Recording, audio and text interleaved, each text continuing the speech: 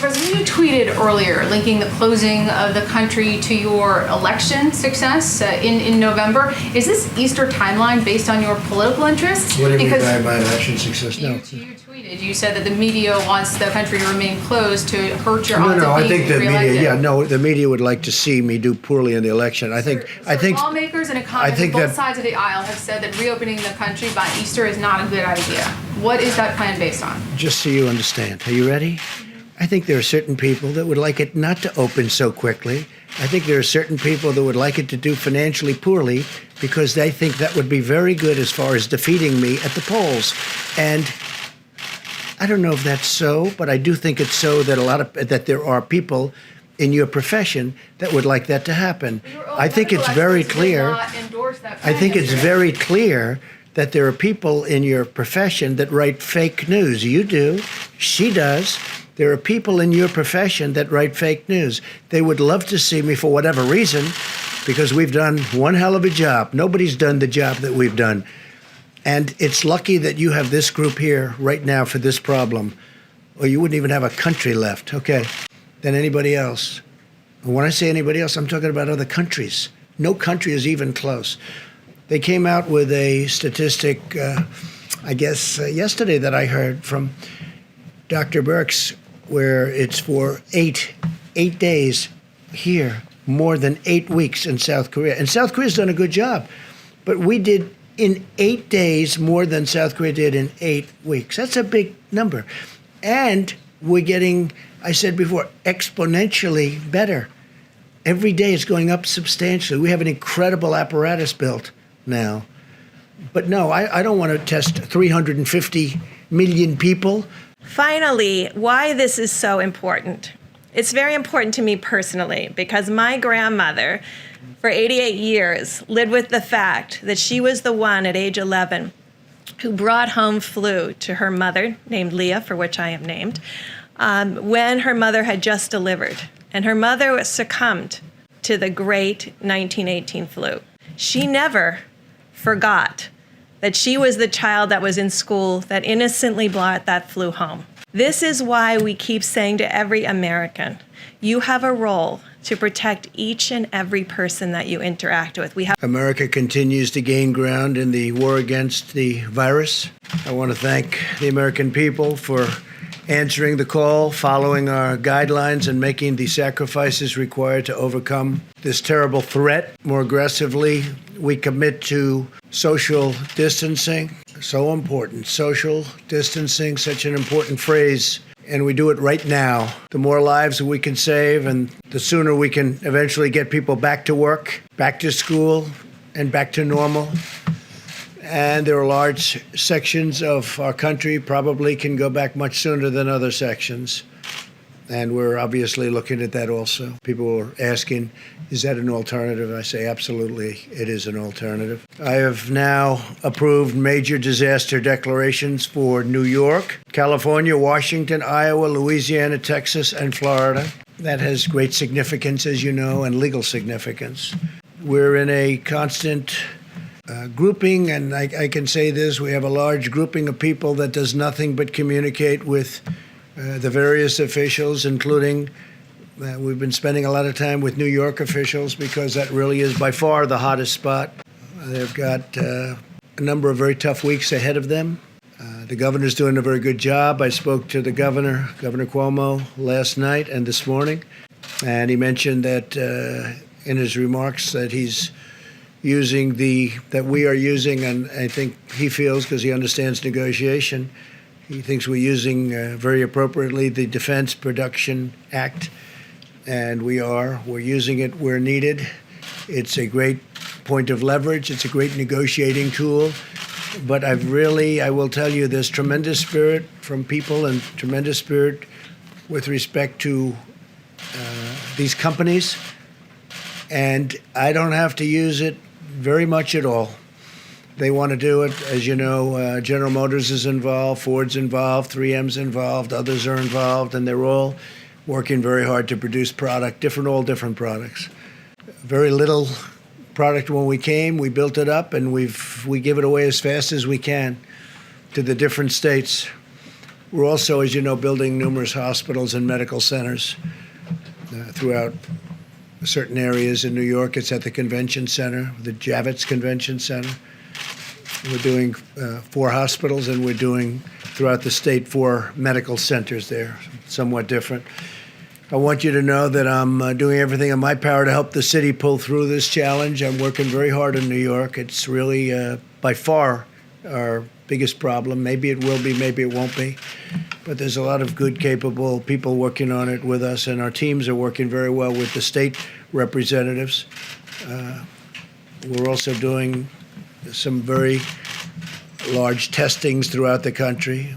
I told you yesterday that in South Korea, and this is not a knock in any way, because I just spoke with President Moon. We had a very good conversation about numerous other things.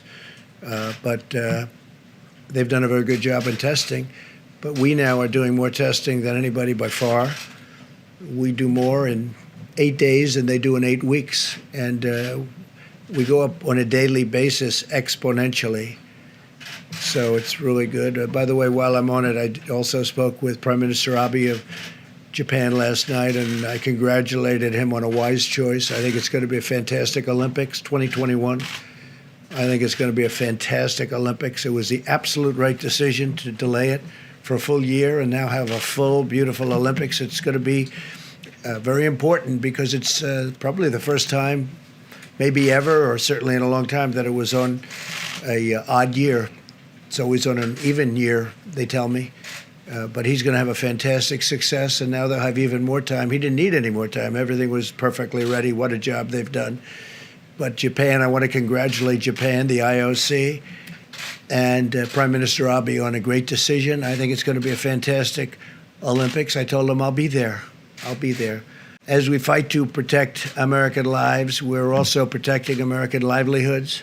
Democrats and Republicans in the Senate are very close to passing an emergency relief bill for American workers, families, and businesses. This legislation, in addition to the 2 bills I signed this month, that includes, as you know, sick leave, and we have all sorts of things in for the workers, for families. But we have a tremendous paid sick leave provision for workers at no cost at all to the employers. And that's a big thing, no cost to the employers. We want to get everybody back working. Together, this $2.2 trillion legislative package is bigger than anything, I believe, ever passed in Congress. Perhaps, relatively speaking, if you go back, look during the FDR New Deal days, there was something that if you time value it, you could say it was bigger. I don't know. But this is certainly, in terms of dollars, by far and away the biggest ever done. And that's a tremendous thing, because a lot of this money goes to jobs, and families. The Senate bill, as you know, includes $350 billion in job retention loans for small businesses, with loan forgiveness available for businesses that continue paying their workers. They continue paying their workers. That's what we want. We want them to keep their workers and pay their workers. This will help businesses keep workers in the payroll and allow our economy to quickly accelerate as soon as we defeat the virus. $300 billion in direct cash payments will be available for every American citizen earning less than $99,000 per year. That would be $3,400 very quickly for the typical family of 4. Nothing like that's ever been done in our country. Up to $250 billion in expanded unemployment benefits. The average worker who has lost his or her job will receive 100% of their salary for up to 4 full months. Unlike normal unemployment benefits, independent contractors and the self-employed will be eligible. So you have independent contractors and self-employed people will be eligible for this. Over $100 billion to support the heroic work of our doctors, nurses, and hospitals. They've been incredible. $45 billion for disaster relief fund. So we are setting up a fund of $45 billion for disaster relief. That's more than doubling the amount available to support my national emergency and disaster declarations. It's a doubling up. $27 billion to build up the strategic national stockpile with critical supplies, including masks, respirators, pharmaceuticals, and everything you can imagine, because it was very depleted, like our military was depleted. Now we have a brand new military. Never had a military like this. We have equipment either coming or it's already come. For the most part, it's already come, but we have a lot of things that will soon be coming. Planes, missiles, rockets, lots of things. But the stockpile was very depleted, like everything else. This will also include significant funding for the development of vaccines on top of the $8 billion we approved several weeks ago. Over $500 billion in support for the hardest hit industries, with a ban on corporate stock buybacks, which is something I insisted on. And frankly, I tell you, the Republicans wanted that, and the Democrats wanted that. We want them to use the money for the companies and the planes or whatever they may be helping to get over this rough patch. And I don't think it's going to end up being such a rough patch. I think it's going to, when we open, especially if we can open it, the sooner the better, it's going to open up like a rocket ship. I think it's going to go very good and very quickly. And you're going to have some tough new limits on executive compensation also. They need the money. They're going to have to sort of just make things work, because we're interested in the workers, the jobs. And we're interested in the companies, because that's really what fuels the workers in those great jobs. And we also have $16 billion in funding for the purchase of personal protective equipment. You know about that, such as masks and respirators, through the strategic national stockpile. I encourage the House to pass this vital legislation and send the bill to my desk for signature without delay. I will sign it immediately. We will have a signing, and it'll be a great signing and a great day for the American worker and for American families, and frankly, for American companies, some of which were having the best years they've ever had these last few years. And then a little bit less than a month ago, they went into a position that they haven't seen because of the hidden enemy, the virus. Earlier today, I spoke to the leaders of many of America's amazing nonprofit organizations. I thank them for their unwavering devotion to American people, to American families, to our nation.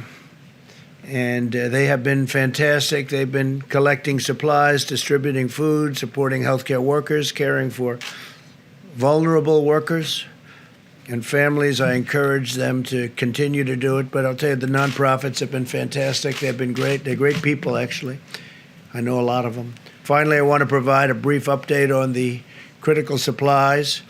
Through Fema, the federal government has delivered or is in the process of shipping 9.4 million N95 respirators. Think of that, 9.4 million. 20 million surgical masks, and we have others that we think are going to be delivered pretty quickly. The whole world, you know, it's not just us, it's not just the states. The whole world is trying to get these things, so in competition with many, many countries. I believe today you broke the 150 mark for the virus. We have 150 countries, over 150 countries where you have this virus. And nobody would ever believe a thing like that's possible. Nobody could have ever seen something like this coming. But now we know, and we know it can happen and happen again. And if it does, somebody's going to be very well prepared because of what we've learned and how we've done. It's been incredible how we've done. Remember, there's more tests than anybody by far. The news, the reporters, the media always likes to bring South Korea. They called me and they told me, it's amazing, your testing procedures are amazing. Plus, we have a test that's a very high-level test, and it's a test that's very accurate. 3.1 million face shields, 2.6 million surgical gowns, 14.6 million gloves, and almost 6,000 ventilators, which go to the areas of greatest needs. We sent, over the last day, 4,000 ventilators to New York. And I spoke with the governor about that. He was happy. I spoke with the mayor also about that. Mayor de Blasio, he was very happy. It's hard not to be happy with the job we're doing, that I can tell you. Throughout this national emergency, everyday heroes continue to step forward and demonstrate the extraordinary character of our nation, including the people behind me. By the way, these people are amazing. They are amazing people, and they become, I don't know, maybe I should just speak for myself, but to me, they become friends. Maybe they don't like me. Maybe they don't. Maybe they do. I don't know. All I can tell you is they're talented people. They work very hard. In Maryland, a 7-year-old boy used his own birthday money to buy meals for dozens of senior citizens. In Nevada, a college student recruited 90 of her friends to help deliver groceries and supplies to the most vulnerable. This is happening all over the country, thousands and thousands of instances. I could stand up here all day and tell you about other things. In Minnesota, hundreds of medical students have volunteered to provide child care for hospital workers, helping to keep our doctors and nurses on the front lines, fighting to save lives. These inspiring Americans remind us that we all have a role to play in winning this great national battle, and it's really a worldwide battle. We're dealing with other nations all the time. The people here are, I am a little bit, I take calls from a lot of people. They're in trouble. A lot of countries are in big trouble. So now we will hear from our great Secretary of the Treasury. He's been working rather hard, I will tell you. Steve Mnuchin is a fantastic guy, and he loves our country, and he's been dealing with both sides, Republican and Democrats. He sort of lived over in that beautiful building. It's a very beautiful building. To me, one of the most beautiful buildings actually in the world, and he's gotten to know it, Steve, very well. So if we could have a little update, Steve, would be fantastic as to how we're doing and what it's looking like. Thank you. I would like to thank Mitch McConnell for his leadership, and I'd also like to thank Chuck Schumer for the enormous bipartisan support we had on this bill, and the many senators, both Republicans and Democrats, that worked tirelessly over the last 5 days on all the task force.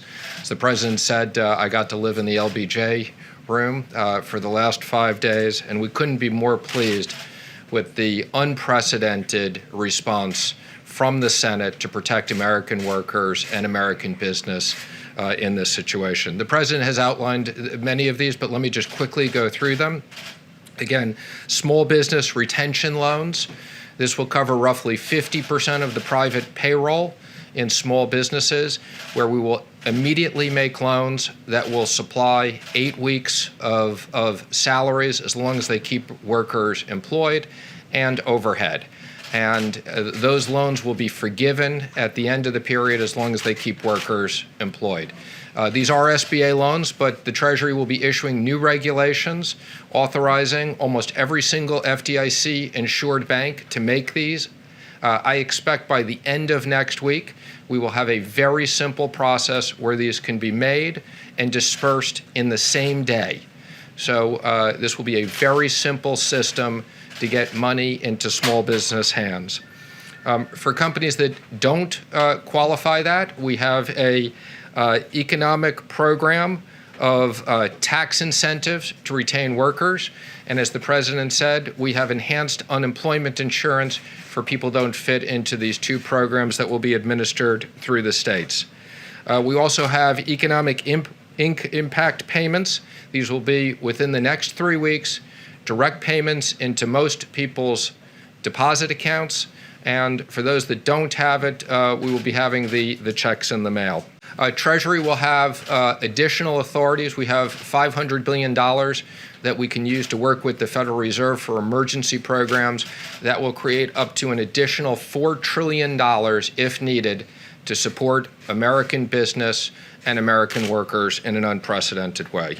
And then finally, the president mentioned $100 billion to hospitals and $150 billion to states that have specific coronavirus expenses, as well as many additional things. Mr. President, I especially want to thank you and the Vice President. You were constantly available to us. We spoke constantly throughout the day. You gave us guidance and quick decisions on many issues.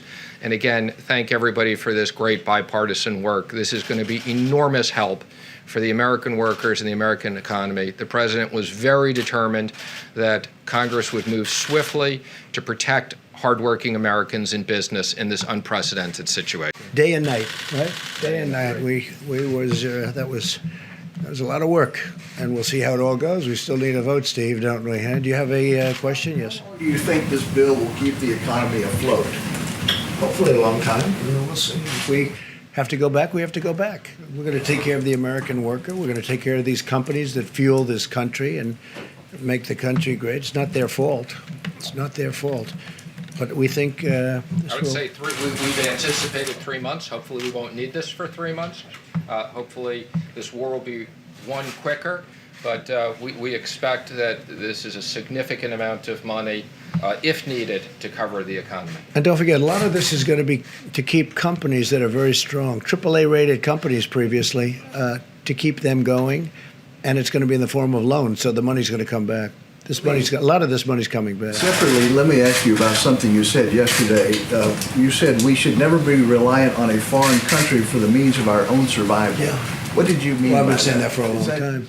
Well, we're reliant on many countries where we give up our supply chains, we give up our factories, we give up our production facilities, and we can buy it someplace else for a little bit lower price. But it's really costing us more when that happens because we lose jobs, we lose everything, and we lose our independence, and we can't let that happen. So we'll be making some changes. We have been making those changes. Considering an executive order to basically ban the export of medical equipment? I don't know that we'll need that, but I think it's happening by itself. I think a lot of things are happening. Well, some people, we make the best medical equipment in the world, and you have some people like the European Union, they don't take it because they have specifications that don't allow our equipment in because it's designed in a different way. Even though it's a better way, it's designed. They're all playing games against us, okay?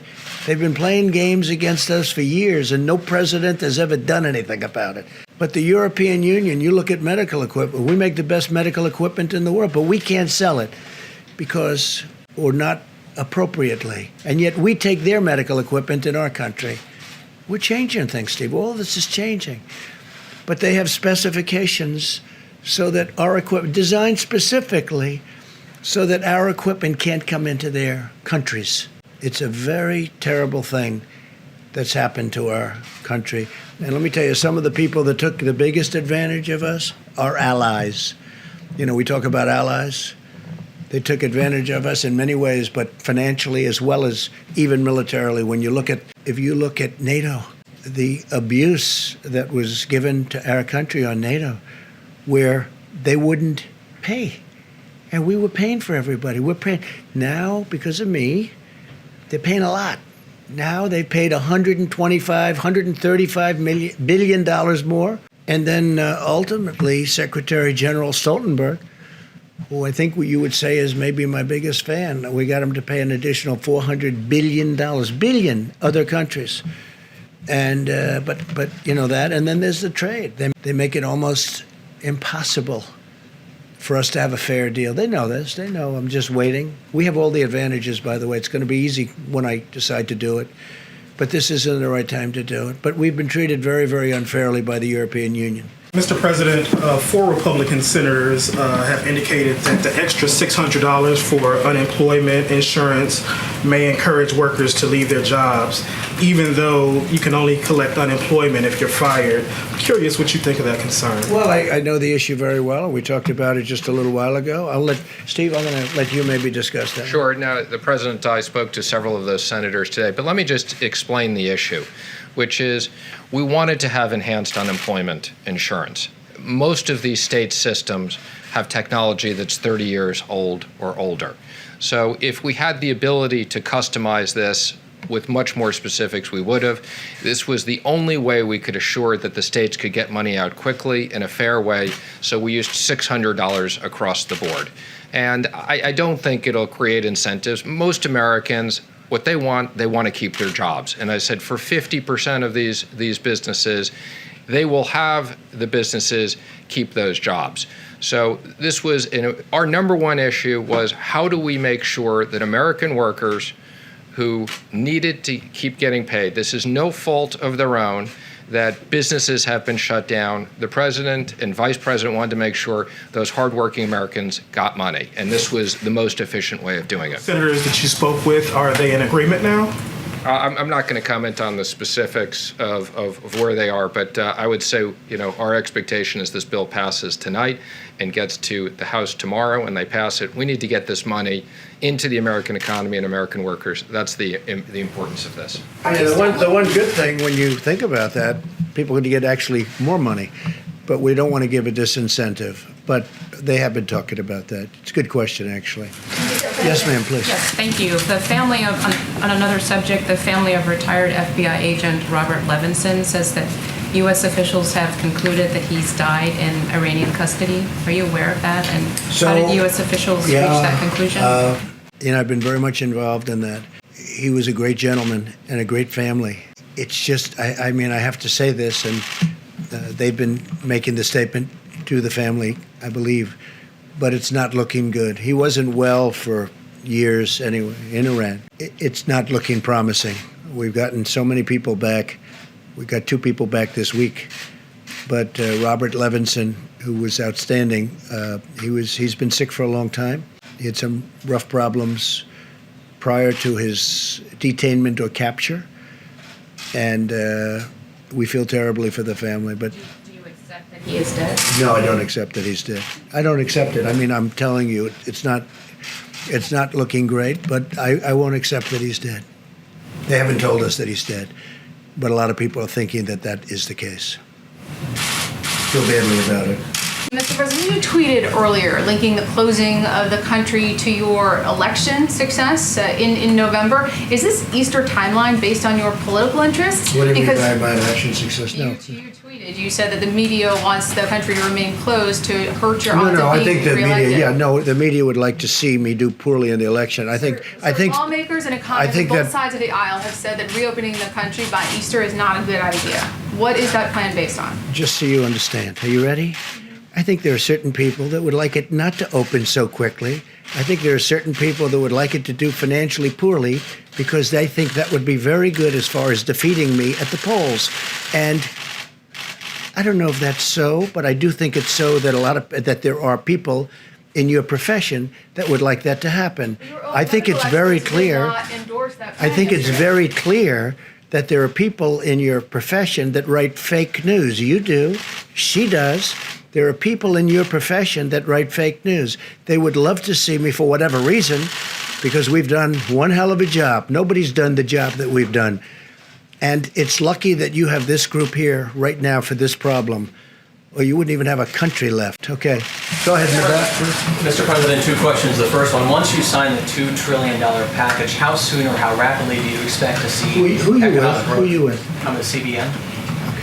And my second question is, we are hearing you are pushing for April 6th to have direct payments issued to taxpayers. Is that the target date? I think it's Again, very much. I would say our expectation is within 3 weeks, we will have direct payments out where we have depository information.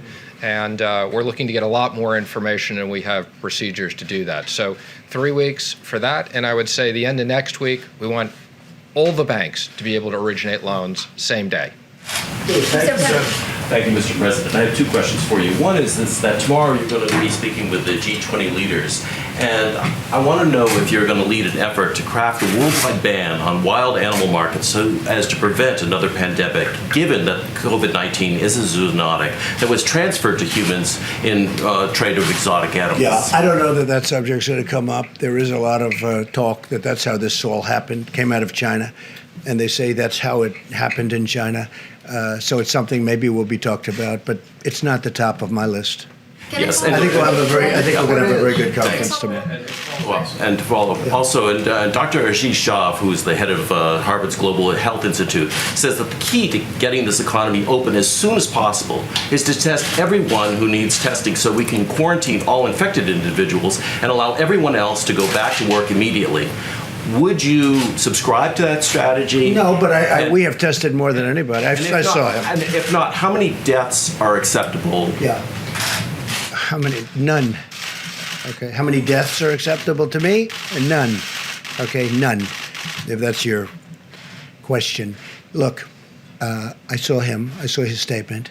We have tested by far more than anybody. We're testing more than anybody right now. There's nobody even close. And our tests are the best tests. They're the most accurate tests. But if you're saying we're going to test 350 million people, I watched his statement. I disagree with it. We can go to certain states. I could name them now, but I'm not going to do that. But we can go to certain states right now that have virtually no problem or a very small problem. We don't have to test the entire state in the Middle West or wherever they may be. We don't have to test the entire state. I think it's ridiculous. We don't have to do it. A lot of those states could go back right now, and they probably will, because at some point in the not too distant future, certain states are going to come off the rolls. Maybe New York can't, and maybe California can't. Maybe the state of Washington can't, although if you look at them, their biggest problem was in one nursing home. Yeah, go ahead. But the states aren't siloed. And so, I mean, somebody, if you test one state and then the person moves over to the other state, well then... Well, you're going to just look at that. But if you take a look at the states, and many states that I'm talking about, they don't have a problem. We have some big problems, but it's confined to certain areas, high-density areas. So why would we test the entire nation, 350 people? With that being said, I'm going to say it again. We tested far more than anybody else. We have the ability to test. I mean, we've come a long way from an obsolete, broken system that I inherited. We have now tested, with the best test, far more than anybody else. And when I say anybody else, I'm talking about other countries. No country is even close. They came out with a statistic, yesterday that I heard from Dr. Birx, where it's for eight days here, more than 8 weeks in South Korea. And South Korea's done a good job. But we did in 8 days more than South Korea did in 8 weeks. That's a big number. And we're getting, I said before, exponentially better. Every day it's going up substantially. We have an incredible apparatus built now. But no, I don't want to test 350 million people. I think it's ridiculous. Yes, please. Thank you so much, Mr. President. 2 questions. One follow-up on the G20, because the UN asked the G20 countries to do for more resources for a coordinated stimulus package, ban on tariffs, waive on sanctions to try to prevent what they call an apocalyptic pandemic. Would you consider those measures? And with respect to what? On tariffs, and also related also to waive tariffs, and also we have strong sanctions. borders. Yeah. And would you consider to join this global effort? So before I came here, we weren't into borders. We had a country, people could come in. We had a whole different deal. Now we're up to almost 164 miles. Think of that, 164 miles of wall, big, beautiful wall. And in those areas, it's very, very tough to come in. We've been very tough on the borders. I mean, where we have the wall built, nobody's getting through. Now, they're going around, but that's a long trip. They're going around. That's the way they get through. No, I'm very strong on borders, and I don't want people coming in here. What I want is, if they're going to come in, they have to come in legally. They have to come in through merit. We're not having the people that you're talking about come into our country. All right. Just a follow-up for another Thank you, question. sir. Question for you and for Dr. Fauci, if you'll let me. Both Republican and Democrat packages of the stimulus included $25 million worth of funding for the Kennedy Performance Arts Center here in Washington, D.C. Shouldn't that money be going to masks, respirators? Well, I'll tell you what, I approved that. And I knew it was $35 million, and we actually took off 10. But I'm a fan of that, although I haven't spent time there because I'm far too busy. I'd love to go there evenings, but I'm too busy doing things because that's more important for me than going there. But the Kennedy Center has suffered greatly because nobody can go there. It's essentially closed. And they do need some funding. And I said, look, that was a Democrat request. That was not my request. But you got to give them something. It's something that they wanted. You know, it works that way. The Democrats have treated us fairly. I really believe that we've had a very good back and forth, and I say that with respect to Chuck Schumer. I spoke to him a number of times, but, you know, they had requests also. So that was a request. There were 35, as you know, and it came down to 25. We got it down to 25. We agreed. I said, that's a lousy soundbite. That's not a good soundbite, but that's the way life works. With that being said, the Kennedy Center, they do a beautiful job, an incredible job. David Rubenstein does a fantastic job. He's very much involved, and he puts up a lot of money, and he does things that a lot of people wouldn't be able to do or do. They've been essentially closed. They have tremendous deficits that are built up. I mean, this thing has been devastating to it. So I didn't have a big problem with it, but this was a request from the Democrats because of the fact that they have a facility that's essentially closed up. Yes, Another question, sir. In other words, you couldn't go there if you wanted to. If I wanted to go there tonight to look at Romeo and Juliet, I'd love to see Romeo and Juliet tonight, right? You know what would happen? They say, sorry, 250 people or 50 people, whatever it might be down to. Go ahead. And then earlier today, Senator Marco Rubio told RCP that, quote, the World Health Organization showed favoritism to China, unquote. And then Representative Michael McCall, the ranking member on the House Foreign Relations Committee, he questioned the integrity of the World Health Organization's director, saying, quote, that there were several red flags in his past with respect to his relationship with China. Do you agree? Do you think the World Health Organization showed favoritism? And then once all the dust settles, do you think that the United States should re-explore its relationship with the World Health Organization? Well, I think there is certainly a lot of talk that it's been very unfair. I think that a lot of people feel that it's been very unfair. It's been very much sided with China, and a lot of people are not happy about it. At the same time, Dr. Fauci and myself and other people, there are people on there that we like and we know. I think your friends are on there, a lot of good people, a lot of good professionals. I don't know, it'd be interesting to hear if you'd like to talk about the World WHO. But the fact is that I have heard for years that is very much biased toward China. So I don't know. Doctor, you want me to get you into this political mess? No, I don't want you to do that, but I will. Tedros is really an outstanding person. I've known him from the time that he was the Minister of Health of Ethiopia. I mean, obviously, over the years, anyone who says that the WHO has not had problems has not been watching the WHO. But I think under his leadership, they've done very well. He has been all over this. I was on the phone with him a few hours ago leading a WHO call. Praising China's transparency, sir? No, I'm not talking about China. You asked me about Tedros. The World Health Organization praising China for its transparency and leadership on their response to the pandemic? You know, I can't comment on that because, I mean, I don't have any viewpoint into it. I mean, I don't even know what your question is. Can I follow up on that phone call, please? Welcome to the game. Let me just tell you, I've heard that for years. I spoke to him yesterday. Seems fine to me. I don't know. But we're the ones that gave the great response, and we're the ones that kept China out of here. And if we didn't do it, you'd have thousands and thousands of people who would have died that are now living and happy. If I didn't do that early, call on China, and nobody wanted that to happen. Everybody thought it was just unnecessary to do it. And if we didn't do that, thousands and thousands of people would have died, more than what's happened. So that's it. All right, maybe one more. Steve, go ahead. When you have this G20 meeting tomorrow, what sort of coordinated response are you expecting? No coordinated. We're going to have a meeting with the 20 nations total, including us, and it'll be a conference call tomorrow morning sometime. I look forward to people I know, I like. I think in every instance, I like every one of them. But it'll be an interesting call. You'll be the first to know. Next week, when the 15-day period ends, what should we expect then? Are you going to extend it for another we'll week? Be talking. I'll be speaking. I'll be speaking with Tony. I'll be speaking with Deborah. I'll be speaking with some of the people that they like and respect, and they're going to bring along with them. We'll be speaking to Vice President Mike Pence and Steve, and we'll be speaking to everybody. I'm not going to do anything rash or hastily. I don't do that. But the country wants to get back to work. Our country was built to get back to work. We don't have a country where they say, hey, let's close it down for 2 years. We can't do that. It's not our country. So we're going to be talking, and it could be we'll do sections of our country. There's big sections of our country that are very, little affected by what's taken place. Then there are other sections that are very heavily affected. So there's a big difference.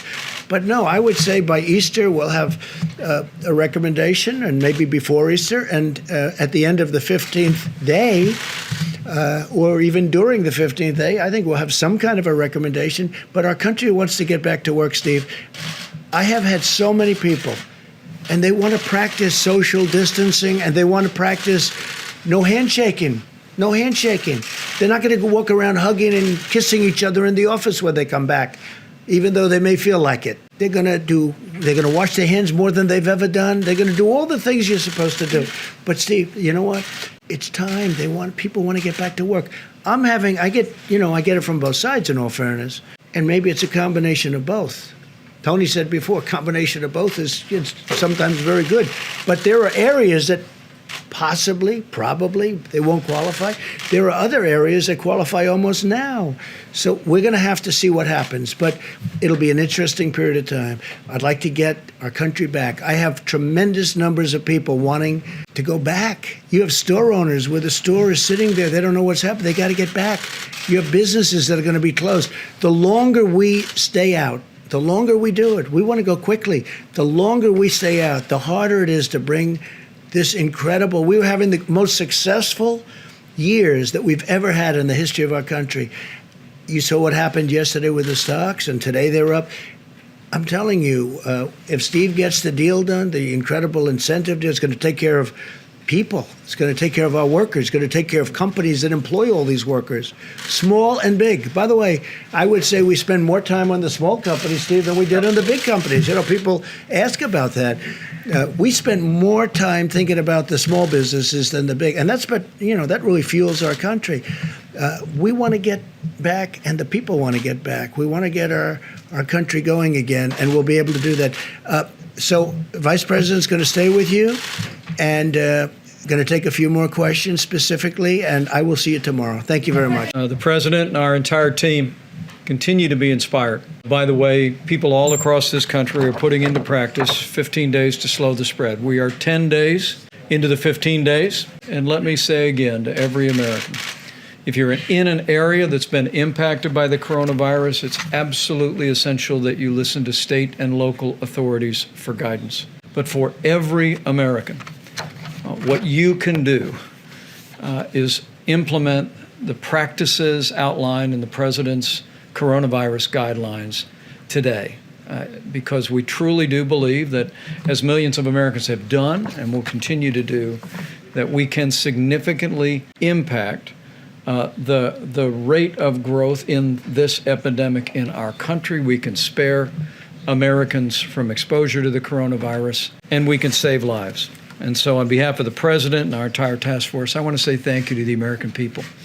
Thank you for your cooperation. Thank you for embracing the principles in 15 days to slow the spread. We heard about that cooperation today in a series of conference calls.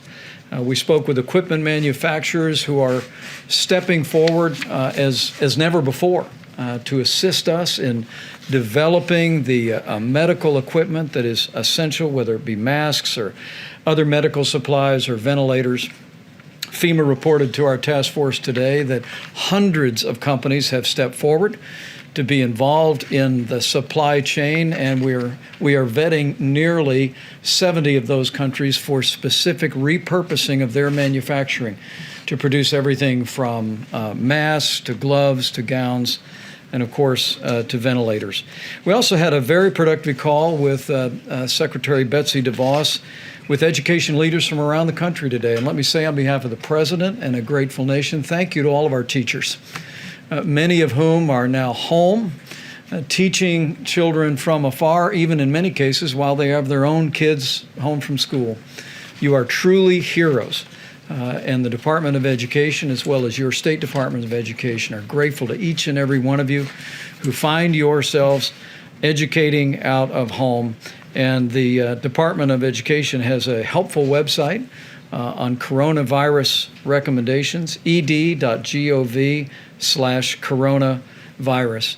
And as we mentioned before, Secretary Betsy DeVos and Secretary Sonny Perdue will be joining us at this podium on Friday to speak about distance learning recommendations that have been made not just for secondary or for college education, but also for K through 12 education. We're opening up avenues, creating new flexibility so that not only college students can continue to be involved in learning from afar, but children K through 12 can do the same.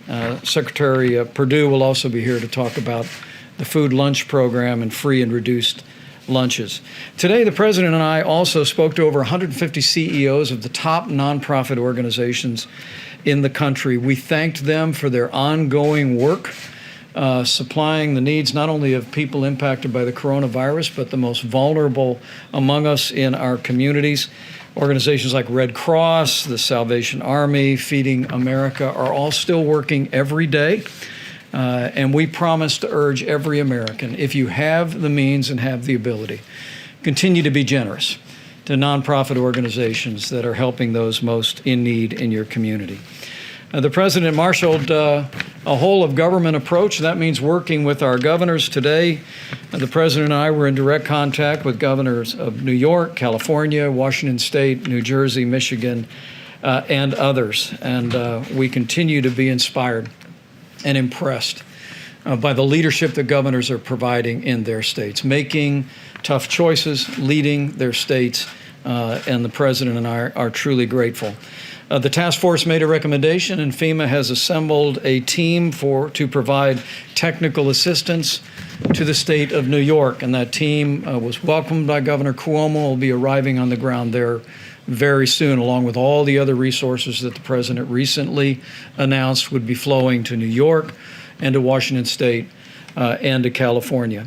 In my conversation with Governor Gavin Newsom of California, I was pleased to speak to him and hear that our FEMA team is literally at the table with the state of California's team, working to meet their supply needs, working to work on capacity.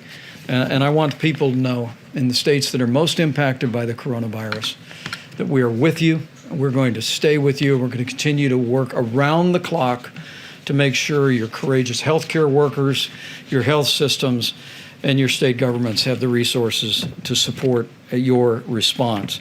On the subject of testing, Dr. Birx will reflect on what the data is showing in just a moment. Not including local labs and hospitals, we are at 432,000 tests completed. And we're pleased to see that there are literally drive-through and community sites around the country, and the U.S. Public Health Service is assisting states in standing those up each and every day. We do remind hospitals and labs around the country, and the moment the President signs the bill, that it is absolutely essential that they provide the results of the test to us. It gives us visibility into what's happening on the ground. But because of the public-private partnership President Trump initiated with these vast commercial lab networks around the country, we are adding tens of thousands of tests every single day.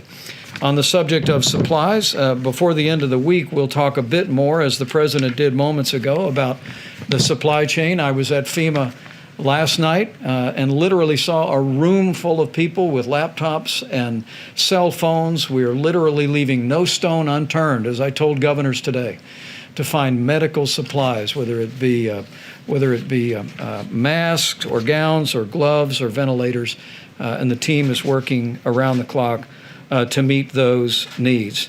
A few smaller items. First and foremost, the CDC is developing guidance, which we'll be publishing tomorrow, about the best way to utilize our natural resources at our parks. It would be several weeks ago that our Park Service waived all entrance fees, and we directed the CDC to produce guidance for how people can still practice social distancing and common sense, but be out of doors and enjoy our natural parks. We'll also be sharing that guidance with the vast state park systems around the country and encouraging their support. With that, let me last say again, there's nothing more important for the American people to do to slow the spread than to heed your state and local guidance in areas impacted by the coronavirus, and for everyone else to put into practice the 15 days to slow the spread. Dr. Fauci will reflect on the importance of mitigation and the impact that we believe that it is having around the country. But it is, people ask me from time to time, what can I do? And I say from my heart to every American, this is what you can do. Not just to protect your own health and that of your family, but no American wants to inadvertently spread the coronavirus, particularly to those that may be vulnerable to serious health consequences. Remember that the risk of serious illness to the average American remains low. I mean, the vast majority of people that contract the coronavirus will have mild symptoms to flu-like symptoms and will recover. But for seniors with serious underlying health conditions or with people with immunodeficiencies, everyone needs to practice the principles of 15 days to slow the spread. The president announced this week that we are looking forward to the day that we can open up the country. And this team will be bringing him recommendations about how we can safely and responsibly do just that. But for every American that wants to see America back in business, you can hasten the day by putting into practice the 15 days to slow the spread. Go to coronavirus.gov for details. And I truly do believe if all of us will do all that we can do, we will slow the spread, we will protect the most vulnerable, and we will heal our land. With that, let me recognize Dr. Tony Fauci to speak about, Dr. Birx, please, and then Dr. Fauci. Thanks, Dave. Thank you, Mr. Vice President. And thank you all for listening to us talk to the American people. We've been watching the testing results. It's very critical to us. It's very critical to be looking at that very carefully. Let me tell you two things that are going on in parallel.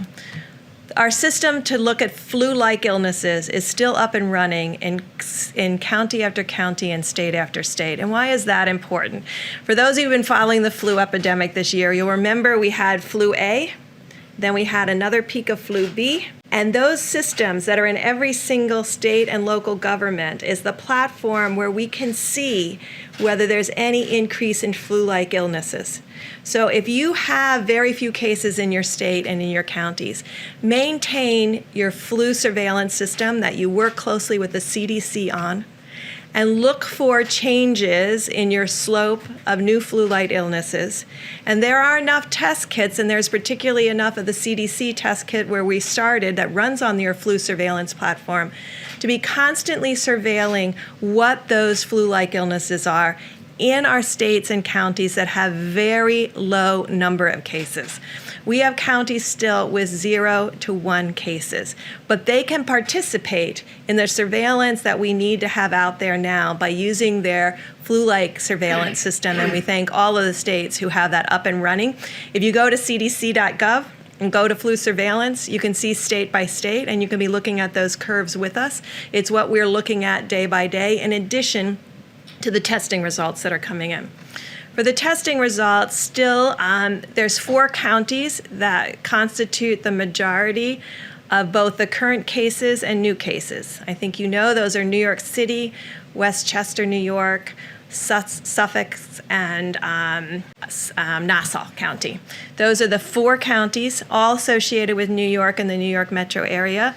There's a few counties in New Jersey, but this is still where 56% of the cases are and 56% of the new cases. It's very important that people look at the number of new cases per day. Remember, we told you it was going to take us a while to work through the testing backlog. I think we're close to working through the testing backlog so that you can interpret the number of cases per day, and you will see in New York City that the number of cases per day has been relatively constant over the last 3 days. Those are the number of new cases per day.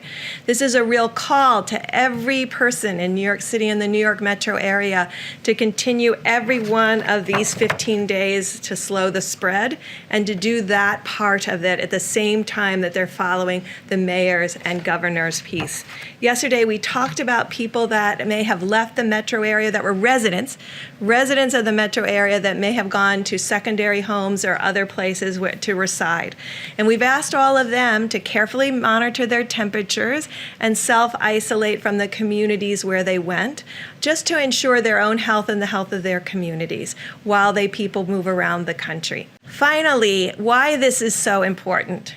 It's very important to me personally because my grandmother, for 88 years, lived with the fact that she was the one at age 11 who brought home flu to her mother, named Leah, for which I am named, when her mother had just delivered. And her mother succumbed to the great 1918 flu. She never forgot that she was the child that was in school that innocently brought that flu home.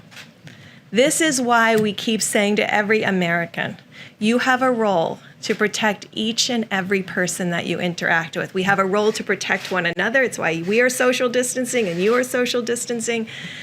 But to every American out there, when you are protecting yourself, you're protecting others. If you inadvertently, I know, brought this virus home to someone with a pre-existing condition, I can tell you my grandmother lived with that for 88 years. So this is what we're trying. This is the message that's important to everybody. This is not a theoretic. This is a reality. You can see the number of deaths that are occurring. We all have a role in preventing them.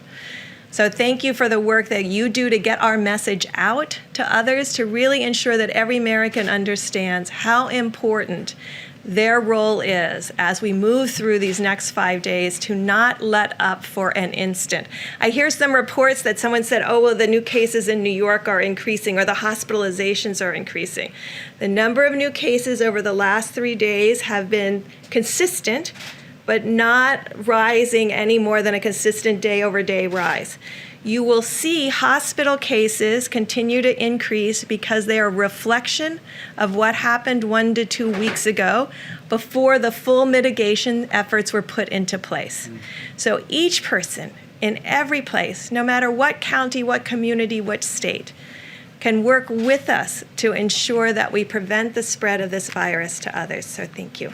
I just want to spend a couple of minutes telling you a little bit about some information that I got on our weekly call that we have at least once a week with the WHO, which is led by Dr. Tedros and Mike Ryan, who's the point man there, to give us some information. And in that regard, I want to apologize for my curt response to you when you asked me about the China deal, because I shouldn't have done that. That's not my style. But what I really wanted to say is that my job is that I'm a scientist, I'm a physician, and I'm a public health person, and I don't like to get involved in that stuff. So anyway, getting back to the WHO. So we learned some really interesting information, because obviously the other countries like China and others had been hit prior that we did. One of the things that was striking to me, and I just throw it out because it's something that we will face. We're not facing it now, but we will face. Our Chinese colleagues are very concerned because they went through the entire cycle of the curve to come down.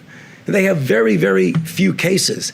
But what they're starting to see as they're relaxing the constraints on travel, that they're getting imported cases.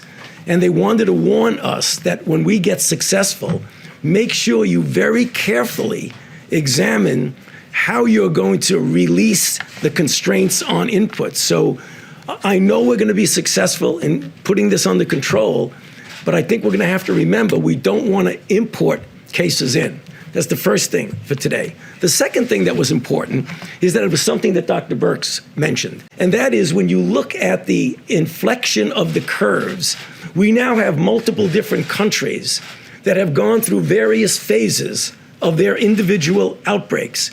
And you could learn something from them about where you are in your own outbreak. For example, when China went up, what happened is they just didn't turn around. They went from going to, I'll just take an arbitrary number, 500 new cases a day. The next day it was 1,000 cases, then 1,500, and then 2,000. But once the number of new cases each day starts to flatten out, that's when you get to that point where the inflection goes down. So what things we want to look for, the things that Dr. Birx had mentioned. That doesn't mean you declare victory when it does that, but you know you're at least on the way to where you want to go. And I think that's really very important. The third and final thing that I think gets back to the question that many of you in the audience have asked of us is about, would this possibly become a seasonal cyclic thing? And I've always indicated to you that I think it very well might. And the reason I say that is that what we're starting to see now in the Southern Hemisphere, in Southern Africa, and in the Southern Hemisphere countries, is that we're having cases that are appearing as they go into their winter season. And if, in fact, they have a substantial outbreak, it will be inevitable that we need to be prepared that we'll get a cycle around the second time. What does that mean for us and what we're doing? It totally emphasizes the need to do what we're doing in developing a vaccine, testing it quickly, and trying to get it ready so that we'll have a vaccine available for that next cycle. In addition, to do the randomized controlled trials of drugs so that we will have a menu of drugs that we have shown to be effective and shown to be safe. because I know we'll be successful in putting this down now, but we really need to be prepared for another cycle. And what we're doing, I believe, will prepare us well. Thank you. On ventilators, some really important reporting from the Center of Public Integrity today. They suggested that there's only 16,000 in the national stockpile. Can you just give us some clarity? How many ventilators do you have in the national stockpile? Who else is making them, and how long will it take for them to make a critical mass? Because based on the Center for Public Integrity, it appears there aren't enough if people are going to die as a result. Ventilators has been a singular focus of a good portion of our supply chain stabilization task force at Fema since the president stood up FEMA's National Response Center. And we're making progress in a variety of ways. First, there is the national stockpile, which you refer, and depending on what's been distributed, we just delivered 4,000 ventilators to New York, including ventilators that we sent to New York City. But there's that number of some 20,000, less than 20,000. I won't dispute your number. Beyond that, there literally are, by most estimates, more than 150,000 ventilators in the broad healthcare system all across the country. We also, working with anesthesiologists, and there was a very important conference call today, we have determined several weeks ago that the devices that anesthesiologists use for outpatient surgery can be converted with the change of a single vent to a very useful ventilator. I actually spoke to Governor Cuomo about that today. He's in the process of surveying all of his surgical centers, as governors around the country are doing. We literally believe there's tens of thousands of ventilators that can be converted now that the FDA has given guidance. And Dr. Birx can probably speak to that in a moment. We actually have produced a helpful video to explain how quickly those devices can be converted. But we're also working with General Motors and other companies to immediately spin up production. Those contracts are being reviewed. We're vetting their capability. But one of the other ideas is, as we look at areas of the country that are most impacted, and now more than half of the cases for coronavirus are in New York State and in the region around there. But we'll want to focus our resources, including ventilators, on where communities are struggling the most with coronavirus. And so one of the ways that we're working through that at FEMA now is by spinning up production and at the same time working with the existing national supply, maybe from areas that don't have a particular burden yet with the coronavirus, and making sure that we're manufacturing, backfilling, and meeting that need. But what I can tell you is we've got an extraordinary team. Admiral Polovchek is a two-star Navy admiral who's doing an incredible job.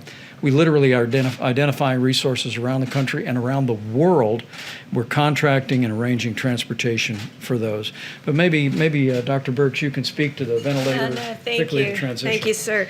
So I just want to thank Dr. Mary Peterson and the whole team of the American Association of Anesthesiologists, because they immediately, when we asked them, could these be modified, they went to immediate work on it. They're going to have Q&As up but more importantly, every anesthesiologist in every city has been working with their state and local health officials to really work with them how to change this. And I think that's not only the ventilators that they'll be supplying, they have the people that run those ventilators that are not any longer doing elective surgery.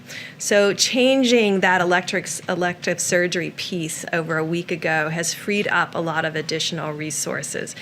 When I talk to you about how we've done some things that are very horizontal across the country, but we're collecting data now in a county by county granular way. So it's like any epidemic, it's not equal everywhere. There are places that are very spared, and there's places where there's more. We have a very vast country with a lot of capacity and a lot of infrastructure. And so looking very specifically about where the virus has been, where is it going, who's got freed up resources from where it has been, because it hit Washington State earlier than it hit New York, and looking at all of those pieces to really ensure how we can innovatively move equipment around based on the need. And so I know that it has become a place where people are looking at numbers rather than what is needed. Because if you do these projections, when you got to those projections that said, like in Germany and others, that implied that 60% or 50% of the population would get infected, I want to be very clear, the only way that happens is this virus remains continuously moving through populations in this cycle, in the fall cycle, and another cycle. So that's through 3 cycles with nothing being done. And so we're dealing with the cycle A right now, not the one that could come in the fall of 2020, although we're getting prepared for it by the innovations that are being worked on, and not the 2021. We're really dealing with the here and now while we're planning for the future. And I think the numbers that have been put out there are actually very frightening to people. But I can tell you, if you go back and look at Wuhan and Hubei and all of these provinces, when they talk about 60,000 people being infected, even if you said, oh, right, well, there's asymptomatics and all of that, so you get to 600,000 people out of 80 million. That is nowhere close to the numbers that you see people putting out there. I think it has frightened the American people. I think on a model that you just run full out, you can get to those numbers if you have zero controls and you do nothing. And we know that every American is doing something. And so I think what our job right now is to carefully detail on a hospital by hospital, state by state, county by county, to outline what the infrastructure needs are and ensure that we're meeting them, both from the stockpile and from the generosity and movement of the American people and other hospitals. Dr. Burks, a lot of folks out there, well-intentioned, are sewing cloth masks and donating them to hospitals. So you or Dr. Fauci, can you weigh in on that? Because obviously these people have great intentions, but there's some mixed feedback on whether that's a good idea. I'm sorry. Better than nothing? Surgical masks. People are sewing them. So clothing manufacturers, volunteers dropping them off at hospitals. Is that necessary? Is that helpful? Is it something you'd recommend? Well, I mean, you would only recommend that under desperate situations if you don't have any mask. But what we're seeing now, as you've heard, is a rather significant inflow of masks that are coming in that are going to be available. I mean, obviously, if you don't have a mask and you need a mask and it's appropriate for you to be wear it, you do what you can. But I don't see that now as a necessity, given what's going on right now. We keep hearing reports of competition among states that are trying to buy this necessary equipment on the private market. And the governor of Kentucky said yesterday that his state was in line to buy some equipment, but FEMA came in and purchased it from under them. So he says this is creating a real problem for states because on the one hand, they're being told to get the equipment themselves if they can, but on the other hand, the federal government is buying up the supply chain. So is this a problem that you're hearing about, and what is your advice to states like Kentucky that are having this issue? I actually spoke to the governor of Michigan today, Governor Whitmer, and I, about just that. And we put our FEMA regional representative right on the case. We want to make sure that we're acquiring every bit as much as we can through FEMA. But as we work with the supply chain, we want to have full coordination with the states and the requests they're making and hospitals that they're making. And we're looking into those matters. But make no mistake about it, this FEMA team at the President's direction is leaning into this effort, leaving no stone unturned, literally searching not just the nation but the world for all these critical supplies. And as the President just reported to you, we're in the process of shipping 9.4 million N95 respirators, 20 million surgical masks, 3.1 million face shields, and the list goes on. And we're going to be shipping those every single day. But as I told Governor Whitmer today, who's leading her state through all of this with great energy, we want to partner with her. We want to partner with every governor and make sure that the left hand knows what the right hand is doing in terms of acquiring resources. On the mask question, healthcare workers on the ground still report that there are mask shortages. What timeline do you predict for making sure everyone who needs a mask is adequately supplied?